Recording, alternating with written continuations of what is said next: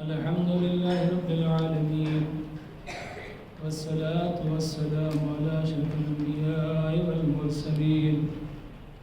قال الله في شانه وما أرسلناك إلا رحمة للعالمين.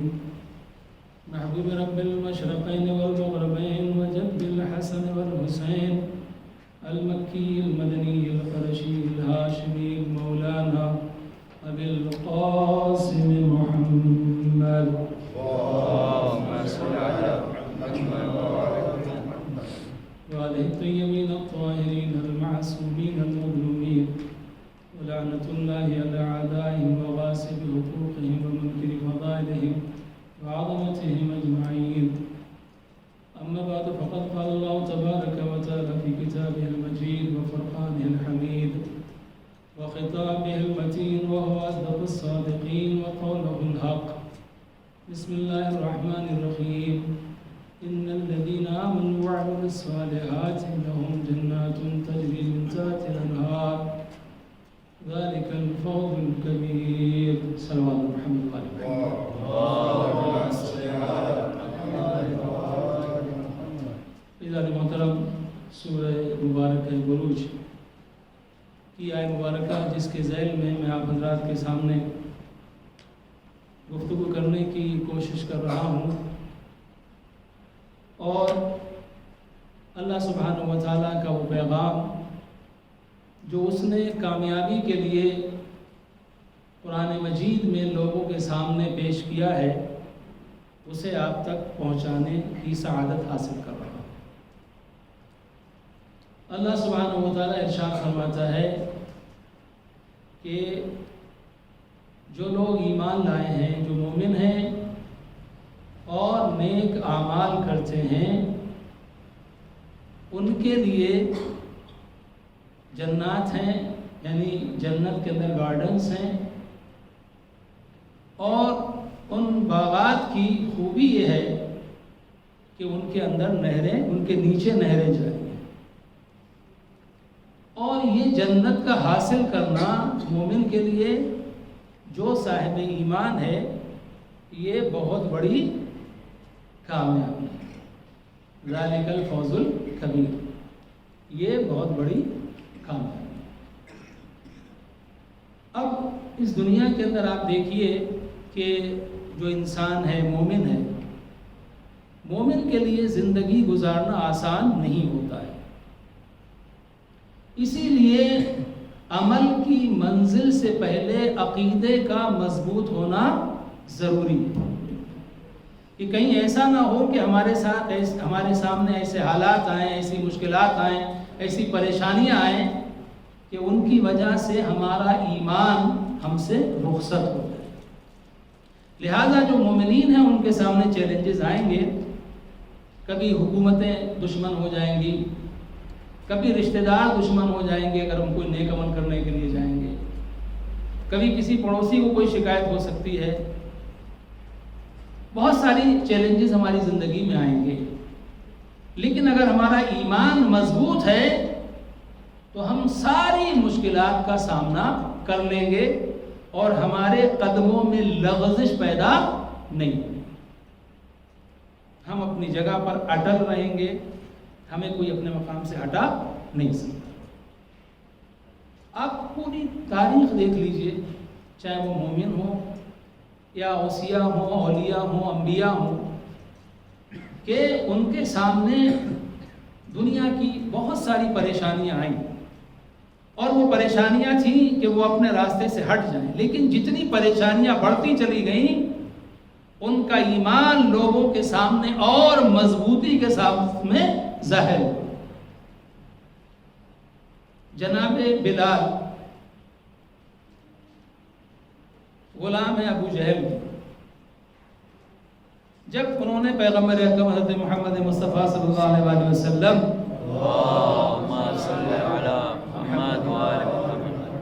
رسول اللہ کی دعوت کو قبول کر لیا، اسلام لے آئے، ابو جہل کو معلوم ہوا تو اس نے جناب بلال کو اذیتیں دینا شروع کی، اتنی تکلیفیں دی، یہاں تک کہ جب دھوپ بہت تیز ہوتی تھی اور وہ صحرا تپ رہا ہوتا تھا، ریت جو ہے وہ تپ رہی ہے، اس ریت کے اوپر، ان پتھروں کے اوپر جو تپ رہے ہیں گرمی کی وجہ سے، ان کے اوپر لٹانے کے بعد ان کے بدن سے پیران کو اتار کے اور ان کے سینے کے اوپر پتھر رکھتا تھا اور کہتا تھا کہ کہو کہ جو محمد صلی اللہ علیہ وسلم تو جو رسول اللہ کا دین ہے وہ سچا نہیں ہے۔ تو اب آپ سمجھیے کہ نیچے سے زمین کی گرمی، وہ تپتی ہوئی ریت، اور اوپر سے تپتا ہوا پتھر اور سورج اور مکے کی گرمی، لیکن جناب بلال کی زبان پر جو کلمہ جاری ہوتا تھا وہ کیا ہوتا؟ احد احد احد، وہ ایک ہے، وہ ایک ہے، وہ ایک ہے۔ یعنی اس کا مطلب یہ کہ تو مجھ کو جتنی زیادہ تکلیف دے رہا ہے، میرا عشق اتنا ہی بڑھتا چلا جا رہا ہے۔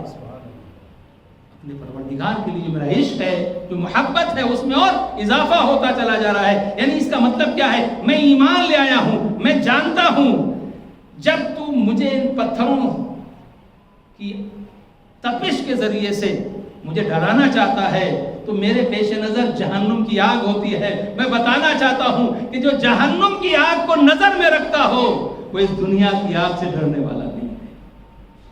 اور اس ایمان کا نتیجہ کیا ہوا کہ جناب بلال کو اللہ سبحانہ و تعالیٰ نے وہ عزت عطا کی، رسول اللہ نے وہ عزت عطا کی کہ وہ جو غلام تھا، جو حبش کا رہنے والا تھا، جس کی زبان عربی نہیں تھی، وہ عربی جو اپنی زبان کی فصاحت کے اوپر ناز کرتے تھے، ان کے ہوتے ہوئے پیغمبر اکرم صلی اللہ علیہ وسلم نے جناب بلال کو گلدستہ اذان پہ پہنچایا۔ اب بلال اذان دیتے ہیں اور عرب ان کی آواز کو سن کے مسجد کی طرف آتے ہیں، انہیں تکلیف ہوتی ہے، ہوا کرے۔ اللہ سبحانہ و تعالی کا رسول دنیا کو یہ بتا رہا ہے اسلام میں خلوص کی قیمت بہت زیادہ ہے۔ بلال بھلے ہی عرب نہیں ہے، ان کا لہجہ عربوں جیسا نہیں ہے، لیکن بلال کا جو کردار ہے، بلال کا جو ایمان ہے، بلال کا جو خلوص ہے، وہ ایسا ہے کہ اللہ سبحانہ و تعالیٰ دنیا کو بتانا چاہتا ہے کہ دیکھو اگر کوئی حبش کا رہنے والا بھی ہو، جو غلامی میں رہا ہو، لیکن اگر وہ میرے نبی پر سچا ایمان لے آئے اور ایمان کے ساتھ وہ نیک عمل بھی کرے تو اس کا مقام یہ ہو جاتا ہے کہ عرب چڑھتے رہتے ہیں، وہ اللہ اکبر کی صدا بلند کرتا رہتا ہے۔ صلوات محمد وعلی محمد۔ تو اذان محترم دنیا میں یہ ہوتا ہے کہ حالات خراب ہوئے تو کچھ لوگ ہیں جو ابن الوقت ہوتے ہیں، وقت کے ساتھ اپنے آپ کو بدل دیتے ہیں اور حکومتوں کو خوش کرنے کے لیے کام کرنا شروع کر دیتے ہیں، لیکن جو مومن ہوتے ہیں وہ کبھی اپنے راستے سے ہٹتے نہیں۔ کیوں؟ انہیں معلوم ہے کہ جو دنیا کے بادشاہ ہیں ان کی بادشاہت کچھ نہیں ہے، یہ آج بادشاہ ہے، کل اس کا کیا ہوگا اس کو خود خبر نہیں ہے۔ کتنے بادشاہ آئے، کتنے چلے گئے، لیکن ایک وہی بادشاہ ہے جس کی بادشاہت ہمیشہ سے ہے اور ہمیشہ رہے گی، اور جس کا حامی وہ پروردگار ہو اسے دنیا کی کوئی طاقت ذلیل نہیں کر سکتی۔ مومن کا ایمان یہ ہونا چاہیے دنیا میری مخالف ہو جائے لیکن میرا پروردگار اگر میرے ساتھ میں ہے تو مجھے کوئی شکست نہیں دے سکتا، مجھے کوئی ذلیل نہیں کر سکتا، مجھے کوئی گرا نہیں سکتا ہے۔ جسے خدا بلند کرتا ہے اسے کوئی بست نہیں کر سکتا۔ عزیزان محترم، آپ دیکھیں ابھی یہ کورونا کے جو حالات ہیں، کورونا وائرس کے، دنیا کی کتنی بڑی بڑی حکومتیں جن کے پاس پیسے کی کمی نہیں ہے، جن کے پاس دنیا کے سارے وسائل موجود ہیں، میڈیکل کی ساری سہولتیں موجود ہیں، لیکن اس کے باوجود سارا سسٹم فیل ہو گیا اور ان کی زبان پہ ہی آ گیا کہ اب ہمارے ہاتھ میں کچھ نہیں ہے، اب بس دعا کرو وہی ہم کو بچا سکتا ہے۔ اور یہ منزل کون سی ہے؟ تبارک الذی بیدہ الملک وہو علی کل شیء قدیر۔ بابرکت ہے وہ خدا جس کے ہاتھ میں ملک ہے، حکومت ہم دوسروں کے ہاتھ میں دیکھ رہے ہیں، یہ صرف ہم دیکھ رہے ہیں، اصل بادشاہ وہ ہے اور وہ ہر چیز کے اوپر قادر ہے، اس کے لیے کچھ بھی ناممکن نہیں ہے، امپوسیبل نہیں ہے، وہ سب کچھ کر سکتا ہے، بس شرط یہ ہے کہ انسان کا ایمان اس کے اوپر ہونا چاہیے۔ ایمان اگر ہے سب کچھ کر سکتا ہے۔ اب آپ دیکھیں کہ ایک بادشاہ ہے جس کا نام ہے منصور دوانقی، اس نے امام جعفر صادق علیہ السلام امام علیہ السلام کو بلایا کہ آپ ہمارے پاس آتے نہیں ہیں۔ اب ظاہر سی بات ہے کہ جو ہمارے ائمہ کی سیرت ہے، ائمہ کو درباروں میں جانا پسند نہیں تھا۔ اس کے بعد میں وہ ایک مکھی آتی ہے، آ کے ناک بیٹھ گئی، وہ اس نے مکھی کو ہٹایا، مکھی چلی گئی، پھر واپس آ کے بیٹھ گئی، اب وہ پھر ہٹا رہا ہے، مکھی پھر آ جاتی ہے، وہ ہاتھ ہلاتا ہے، مکھی چلی جاتی ہے، پھر مکھی آ جاتی ہے۔ ایک مرتبہ وہ امام علیہ السلام سے کہتا ہے کہ اللہ سبحانہ و تعالیٰ نے بھی کیسی کیسی بیکار کی چیزیں پیدا کر دی جن کا کوئی فائدہ نہیں ہے، اس مکھی کے وجود سے کیا فائدہ ہے، یہ مجھے پریشان کر رہی ہے، بھگاتا ہوں پھر آ جاتی ہے، بھگاتا ہوں پھر آ جاتی ہے۔ امام علیہ السلام نے کہا اللہ سبحانہ و تعالیٰ نے کسی بھی چیز کو بغیر مقصد کے پیدا نہیں کیا ہے، ہر چیز کا کوئی نہ کوئی مقصد ہے، اور اس سے بڑا مقصد اور کیا ہو سکتا ہے کہ ایک مکھی جو دنیا کے ظالم و جابر ہیں انہیں ان کی بے کسی، بے بسی اور مجبوری بتاتی ہے کہ دیکھو تم تو یہ سمجھتے ہو کہ پوری دنیا تمہارے اختیار میں ہے، تمہارے قبضے میں ہے، لیکن تمہارا اختیار تو ایک مکھی کے اوپر بھی نہیں ہے، تمہارا اختیار ایک مکھی کے اوپر بھی نہیں ہے۔ آپ نے سنا کہ ایک شہزادہ سعودی عرب کا، اس نے اعلان کیا تھا کہ میں کہاں ہے تمہارے امام زمانہ، میں تمہارے امام زمانہ سے جنگ کروں گا، میں جنگ کرنے کے لیے تیار ہوں۔ ابھی یہ وائرس آیا، جتنے بڑے بڑے تھے نا جنہیں میں یہ سپر پاور ہے، یہ سپر پاور ہے، وہ ساری سپر پاور جو ہیں وہ ڈپر پاور ہو گئی، لیکن وہ جو سپریم پاور، وہ سپریم پاور بتا رہا ہے کہ دیکھو سارا اختیار ہمارے ہاتھ ہے۔ جن ممالک کے پاس اتنی، وہ یہ سمجھتے تھے کہ پوری دنیا ہمارے اختیار میں ہے، جیسے ہم چاہیں ہم چلائیں، جس ملک میں ہم چاہیں ہم وہاں کی حکومت کو بدل سکتے ہیں، جہاں پہ ہم چاہیں وہاں پہ بادشاہ کو چینج کر سکتے ہیں، وہاں پہ کسی اور کو بٹھا سکتے ہیں۔ اور دنیا کے لوگوں کی سوچ بھی یہ تھی، اکثر ممالک کی، کنٹریز کی یہ سوچ تھی کہ ان کو خوش کیے بغیر ہم حکومت نہیں کر سکتے، لیکن خود ان کا ایسا مذاق بن گیا، آج ایک بات کہتے ہیں کل دوسری بات کہتے ہیں، اور وہاں پہ صورتحال یہ ہے، یہ ایسی صورتحال بھی ہوئی کہ لوگ لاشیں اٹھانے والے ہی نہیں تھے، لوگ اپنے فیملی کے لاشوں کو چھوڑ چھوڑ کے جا رہے تھے۔ تو وہ بڑی بڑی باتیں کر رہا تھا کہ میں جنگ کروں، میں تیار ہوں جنگ کرنے۔ اب یہ وائرس آیا، کسی نے دیکھا ہے وائرس کو؟ دکھتا تو نہیں ہے نا۔ اور جو وائرس ہیں دنیا میں دوسرے، ان کے مقابلے میں بہت کمزور بھی ہے، یہ بہت کمزور ہے، لیکن اس وائرس نے آنے کے بعد پوری دنیا کے نظام کو ٹھپ کر دیا۔ بہت کم ملک ہیں جیسے ہمارے یہاں خدا کا شکر ہے کہ یہاں پہ تھوڑا اثر کم ہے، ورنہ جہاں بھی دیکھیے ایک عجیب کیفیت ہے، ایک عجیب حالت ہے، لوگ ایک دوسرے سے ہاتھ نہیں ملا سکتے، ایک دوسرے کے گھر نہیں جا سکتے، مسجدوں سے دور ہو گئے، ساری چیزیں ہوں گی ایک وائرس کی وجہ سے جو دکھتا بھی نہیں۔ اور یہ کیا کہہ رہا تھا کہ میں امام زمانہ سے جنگ کروں گا، تیار ہوں جنگ کرنے کے لیے۔ اللہ سبحانہ و تعالیٰ نے کہا تو اپنی اوقات کو دیکھ، اپنے آپ کو سمجھ تو کیا ہے، ایک وائرس جو دکھتا بھی نہیں ہے، بہت معمولی وائرس ہے، اس کی وجہ سے تیری حالت یہ ہو گئی ہے کہ تجھے حج کے اوپر بھی پابندی لگانی پڑی۔ جو حج ہوا ہے وہ بھی ایک علامتی حج ہوا، 1000 آدمیوں نے پوری دنیا کے اندر سے اب دنیا میں سے سعودی عرب میں جو رہنے والے اس میں سے 1000 آدمی نے حج کیا صرف کس وجہ سے؟ ایک وائرس کی خوف کی وجہ سے. اللہ اکبر.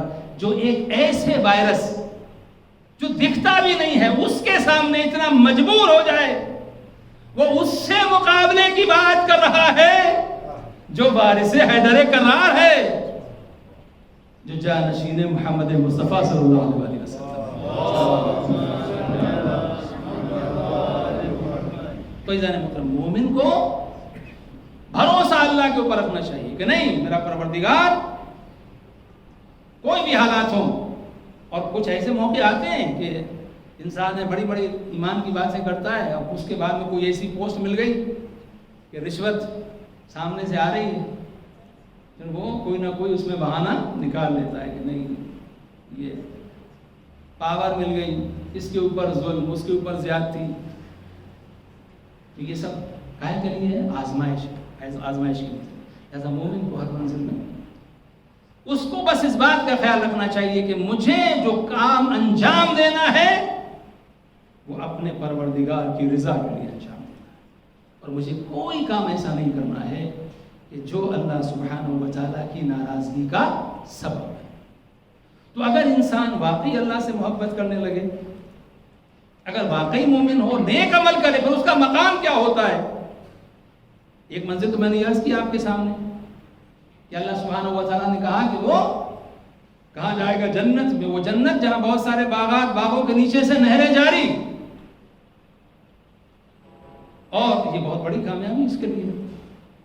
لیکن بہت ساری دوسری آیات بھی ہیں. سورہ مریم کی آیت ہے, ان الذین آمنوا وعملوا الصالحات سیجعل لهم الرحمن ودا. جو لوگ ایمان لائے ہیں اور نیک اعمال کرتے ہیں, ان قریب اللہ سبحانہ و تعالی لوگوں کے دلوں میں ان کی محبت پیدا کر دے گا. یعنی اگر کوئی مومن ہو اور ایمان کے ساتھ نیک اعمال کرتا ہو, جیسا اس کا اچھا عقیدہ ہے ویسا ہی اس کا عمل بھی ہو, تو اب اسے یہ کوشش کرنے کی ضرورت نہیں ہے کہ لوگ مجھ سے محبت کریں.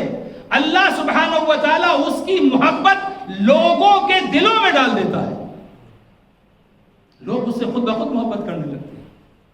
اس آیت کے ذیل میں کچھ روایات ہیں, اس میں سے ایک روایت حضرت محمد مصطفیٰ صلی اللہ علیہ وسلم پیغمبر کی حدیث ہے. پیغمبر کے فرماتے ہیں کہ جب اللہ سبحانہ و تعالیٰ کسی سے محبت کرتا ہے, اللہ کس سے محبت کرے گا؟ جو مومن ہو. اللہ کس سے محبت کرے گا؟ جو نیک اعمال انجام دیتا ہو, متقی ہو, پرہیزگار ہو. تو جب اللہ کسی سے محبت کرتا ہے تو وہ جناب جبریل سے یہ کہتا ہے کہ جبریل میں اس شخص سے محبت کرتا ہوں. جناب جبریل کہتے ہیں پروردگار تو اس سے محبت کرتا ہے تو میں بھی اس سے محبت کرتا ہوں.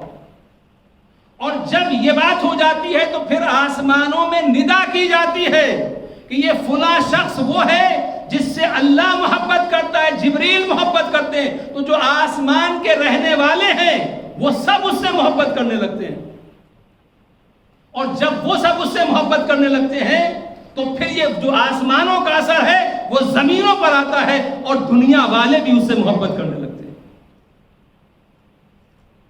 اگر مومن ہے, متقی ہے, تو اس کی محبت اللہ سبحانہ و تعالیٰ لوگوں کے دلوں میں ڈال دیتا ہے, لوگ اس سے محبت کرنے لگتے ہیں.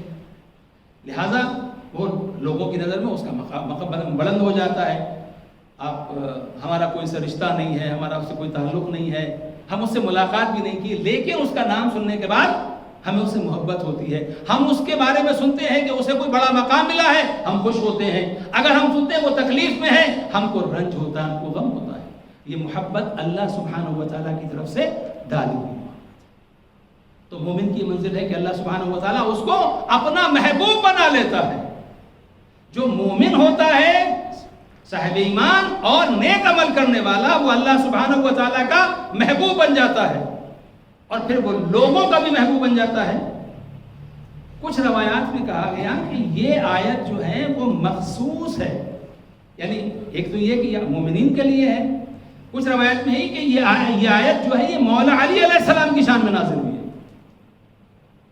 کہ مولا علی علیہ السلام کی شان یہ ہے کہ اللہ سبحانہ و تعالیٰ کہتا ہے کہ ان کی ایمان اور ان کے عمل کی، ظاہر سی بات ہے کہ ہم مومن کی بات کر رہے ہیں، لیکن مولا علی علیہ السلام جو ہے وہ مومن نہیں بلکہ امیر المومنین، ہم نیک اعمال کی بات کر رہے ہیں۔ مولا علیہ السلام کون ہے؟ امام المتقین ہے، وہ متقین کے امام ہیں، تو ان کا مقام تو سب سے بلند ہے۔ کہا یہ مولا علی علیہ السلام کے لیے ہے کہ پروردگار عالم نے ان کی محبت، اللہ سبحانہ و تعالیٰ کہہ رہا ہے کہ ان کی محبت کو ہم نے لوگوں کے دلوں میں ڈال دیا ہے۔ تو اب یہ جو مولا علیہ السلام کی محبت لوگوں کے دلوں میں، تو اہل بیت سے محبت، مولا علی علیہ السلام سے محبت، یہ کس کی وجہ سے ہے؟ یہ اس وجہ سے ہے کہ چونکہ یہ اللہ کے محبوب ہیں، جب اللہ کے محبوب ہیں تو ان سے دنیا محبت کرتی ہے، جسے اللہ محبوب رکھتا ہو ظاہر سی بات دنیا اس سے محبت کرے گی۔ یہ مقام جو ہے امام علی علیہ السلام کا، ان کی محبت کا۔ اب یہ جو محبت کی منزل ہے، محبت کس وجہ سے ہے؟ ایمان کی وجہ سے، نیک اعمال کی وجہ سے یہ محبت ہوگی۔ اور جو مولا علی علیہ السلام کی شان ہے وہ ایک الگ بھی ایک منزل ہے۔ کیا ہے کہ جب رسول خدا حضرت محمد مصطفیٰ صلی اللہ علیہ وآلہ وسلم، جب پیغمبر نے فرمایا من کنت مولا فہذا علی مولا، جس کا میں مولا ہوں اس کا یہ علی مولا ہے، بات یہاں نہیں ٹھہری، اللہم والی من والا وعاد من عاداہ، اے پروردگار تو اس سے محبت کر جو علی سے محبت کرے، تو اسے دشمن رکھ جو علی کو دشمن جانے۔ یعنی اس کا مطلب یہ کہ اگر کوئی انسان یہ چاہتا ہے کہ اللہ اس سے محبت کرے تو پہلی شرط یہ ہے کہ وہ مولا علی علیہ السلام سے محبت کرے۔ جو علی سے محبت کرے گا اللہ سبحانہ و تعالیٰ اس سے محبت کرے گا۔ پیغمبر کی دعا ہے وانصر کی نصر، اس کی مدد کر جو علی کی مدد کرے، وخذل من خذلہ، اور اسے چھوڑ دے جو علی کو چھوڑ دے۔ تو عزیزان محترم، یہ اگر ہم جو محبت کا سلسلہ ہے، اللہ سے محبت، اس کے رسول سے محبت، اہل بیت سے محبت، اور یہ محبت پھر کس مقام پہ پہنچا دیتی ہے انسان کو، اس کی شان کیا ہو جاتی ہے کہ پیغمبر اکرم حضرت محمد مصطفیٰ صلی اللہ علیہ وآلہ وسلم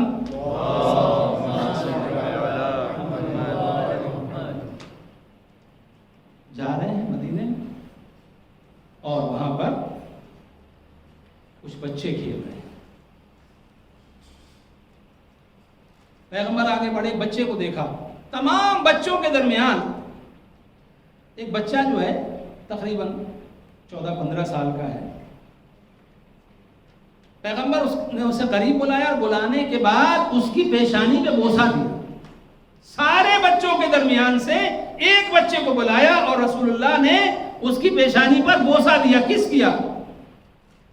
اصحاب ساتھ میں تھے، انہوں نے پوچھا یا رسول اللہ، یہ سارے بچوں کے درمیان سے، سب بچوں میں سے آپ نے اس بچے کو ہی پیار کیوں کیا؟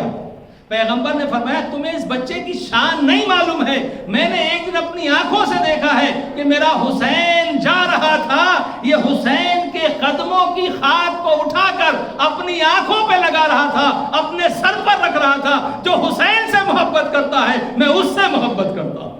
صلوات بر محمد و آل محمد۔ یعنی اس کا مطلب کیا؟ مومن کی، مسلمان کی تمنا یہ ہوتی ہے کہ وہ رسول اللہ کی زری کو بوسہ لے لے، رسول اللہ کی زری کو چوم لے، رسول اللہ کی زری تک اس کا ہاتھ پہنچ جائے۔ لیکن جو امام حسین سے محبت کرے اس کی شان یہ ہو جاتی ہے کہ رسول اللہ اس کی پیشانی کا بوسہ لیتے ہیں۔ پیغمبر اس کی پیشانی کا بوسہ، کون ہے یہ؟ حبیب ابن مظاہر اسدی۔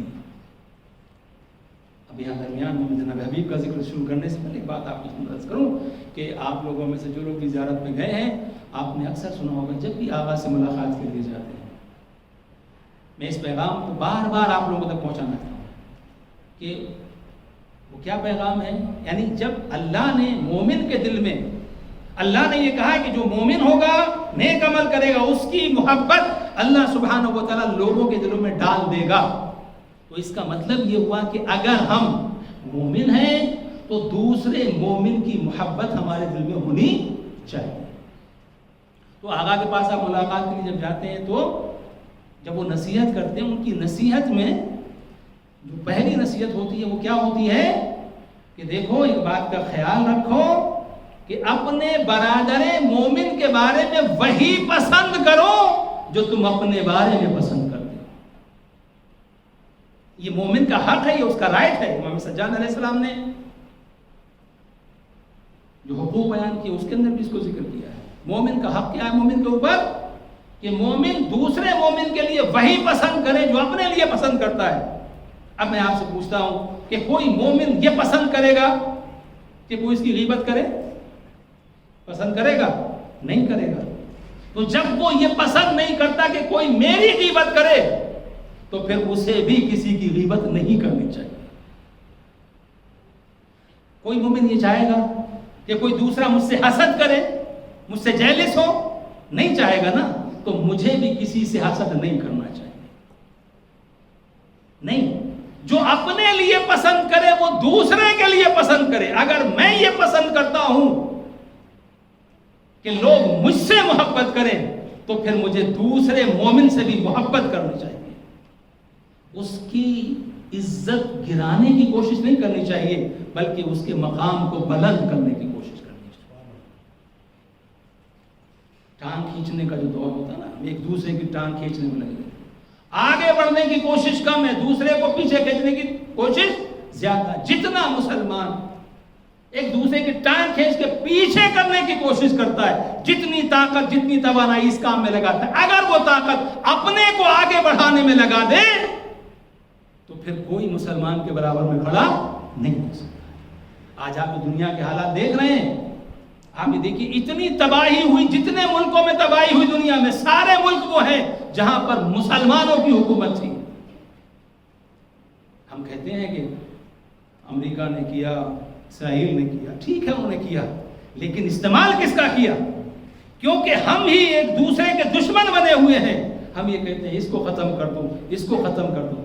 وہ اتحاد نہیں ہے، وہ یونٹی نہیں ہے کہ جو ہونی چاہیے. دنیا کے سامنے سر جھکا دیں گے، لیکن ایک مومن کا سلام بھی ہمیں پسند نہیں ہے. عزیزان محترم، جو دوسرے کو عزت نہیں دے سکتا وہ خود بھی عزت نہیں پا سکتا ہے. اور اسی منزل میں آ کے میں ایک بات عرض کر رہا ہوں، یہ آقا کیا کہتے ہیں کہ ہماری یہ ڈیوٹی ہے کہ جو ہماری سوسائٹی ہے، جو ہمارے لوگ ہیں، ہم یہ نہ سمجھیں کہ صرف ہمارے بچے ہیں، بلکہ ہم اپنی قوم کے سب بچوں کو اپنا بچہ سمجھیں اور ان بچوں کو آگے بڑھانے کی کوشش کریں. اگر آپ ایک فیلڈ کے ایکسپرٹ ہیں، آپ انجینئر ہیں، آپ کو انجینئرنگ کے بارے میں بہت نالج ہے. دوسرا آدمی ڈاکٹر ہے، وہ انجینئرنگ کے بارے میں اتنا نہیں جانتا ہے، اس کو گائیڈنس کی ضرورت ہے. تو آپ کو اس کے بچے کی مدد کرنی چاہیے. انجینئر ڈاکٹر کی بچے کی مدد کرے، ڈاکٹر انجینئر کے بچے کی. جو بچہ بھی جس فیلڈ میں آگے بڑھنا چاہتا ہے، ہمیں ہر طریقے سے اس کو سپورٹ کرنا چاہیے، چاہے وہ پیسے سے ہو یا مشورے کے ذریعے سے، ایڈوائس کے ذریعے سے ہو، یا اگر ہمارا کہیں پر کوئی پہنچ ہے، انفلوئنس ہے، تو اس انفلوئنس کے ذریعے سے ہمیں یہ کوشش کرنی چاہیے کہ ہم آگے بڑھیں. عزیزان محترم، یہ محبت اہل بیت علیہ السلام کا تقاضا یہ ہے، اللہ سے محبت کا تقاضا یہ ہے کہ جو اللہ سے محبت کرنے والے ہیں، جو رسول اللہ سے محبت کرنے والے ہیں، جو اہل بیت سے محبت کرنے والے ہیں، ہم ان سب کو آگے بڑھتا ہوا دیکھیں. اگر ہماری قوم کی عزت ہوگی تو ہماری عزت ہوگی، اگر قوم کی عزت نہیں ہوگی تو ہماری عزت بھی نہیں ہوگی. اور عزیزان محترم، یہ محبت اللہ نے ڈالی ہے. یہ بات الگ ہے کہ کچھ جگہوں پر ہمارے نظریات اتنے تنگ ہو جاتے ہیں، ہم اتنا تعصب کا شکار ہو جاتے ہیں کہ ہم دوسرے بھائی کی ترقی کو نہیں دیکھ سکتے. ورنہ ہوتا ہے، آپ دیکھیے ابھی یہ ایران کے اندر جو قاسم سلیمانی کی جو شہید ہوئے، وہ آپ کا کوئی رشتہ تھا ان سے؟ کسی کی ملاقات ہوئی تھی ان سے؟ پوری دنیا کے اندر مومنین نے ان کا غم منایا، مجلسیں کی، ان کے لیے ایصال ثواب کیا، سورہ فاتحہ پڑھا، قرآن خوانی کی گئی. کیوں؟ یہ وہ محبت ہے جو اللہ سبحانہ و تعالیٰ نے مومنین کے دلوں میں ڈالی ہے. اور اسی محبت کا کمال یہ ہے کہ جب یہ محبت محمد و آل محمد علیہ السلام صلوات اللہ. یہ محبت جب کمال پر پہنچتی ہے تو پھر یہ محبت محمد و آل محمد علیہ وسلم ہو جاتی ہے. آپ نے آج فرش ازا بچھایا ہے، آپ نے مجلس میں آئے ہیں، اپنا وقت نکالا ہے، اپنا پیسہ خرچ کرتے ہیں، سارے کام کاج چھوڑ کے آتے ہیں. کس کے لیے؟ امام حسین کے لیے. یہ محبت کس سے ڈالی ہے؟ اللہ نے محبت ڈالی ہے. لوگ پوچھتے نہیں کب تک حسین کو یاد کیجئے گا، کب تک یہ ذکر کیجئے گا. یہ ہم سے پوچھنے کی ضرورت نہیں ہے. جب تک اللہ سبحانہ و تعالی مومنین کے دلوں میں حسین کی محبت کو باقی رکھے گا، یہ حسین کے ذکر کا سلسلہ جاری رہے گا، اسے کوئی ختم نہیں کر سکتا. یہ تو ہم سے شکایت نہیں، یہ تو اللہ سے شکایت کرنی چاہیے. بھائی آپ امام حسین کے نام پر گھر سے چل کے یہاں تک آ سکتے ہیں، لیکن ان کی مصیبت کو سننے کے بعد جو آنکھوں میں آنسو آتے ہیں، یہ آنسو پیدا کرنا آپ کا کام نہیں ہے. یہ محبت حسین جو اللہ سبحانہ و تعالیٰ نے ہمارے دلوں میں ڈالی ہے، وہ محبت ہے کہ جب جوش مارتی ہے تو ہماری آنکھوں میں آنسو نکل آتے ہیں. ہم جو اپنے اعزاء جو گزر گئے ان کے نام پر ہماری آنکھوں میں آنسو نہیں آتے، لیکن مولا حسین کے نام پر آنسو آ جاتے ہیں. یہ وہ محبت ہے. اور یہ اللہ کی سنت ہے، اس کی سنت الہی ہے کہ وہ جس سے محبت کرتا ہے، جو اس کے لیے قربانی دیتا ہے، اللہ سبحانہ و تعالیٰ اس کے ذکر کو عام کر دیتا ہے. ابراہیم، تم نے اپنے بیٹے کے گلے پر چھری چلائی میری محبت میں، میری رضا کے لیے. دیکھو میں تمہارے بیٹے کو بچا بھی لوں گا اور اس قربانی کی یاد کو قیامت تک باقی بھی رکھوں گا، تاکہ لوگوں کو معلوم ہو جائے کہ جو اللہ کی راہ میں قربانی پیش کرتے ہیں ان کا مقام کیا ہوتا ہے، ان کی شان کیا ہوتی ہے. اور جو مولا حسین علیہ السلام کی قربانی ہے وہ ایک انوکھی قربانی ہے، ایک الگ طریقے کی قربانی ہے. جناب حبیب نے مظاہر، امام علی علیہ السلام کے صحابی بھی رہے ہیں، امام علیہ السلام کے ساتھ جنگوں میں شرکت بھی کی. عابد شب زندہ دار ہیں، راتوں کو عبادت کرتے ہیں، ہر شب میں قرآن مجید کو مکمل کرتے ہیں. روزانہ قرآن، پورا قرآن روزانہ. امام حسین علیہ السلام کے چاہنے والے ہیں. اور سب سے بڑی شان کیا ہے؟ امام حسین علیہ السلام خط لکھ رہے ہیں.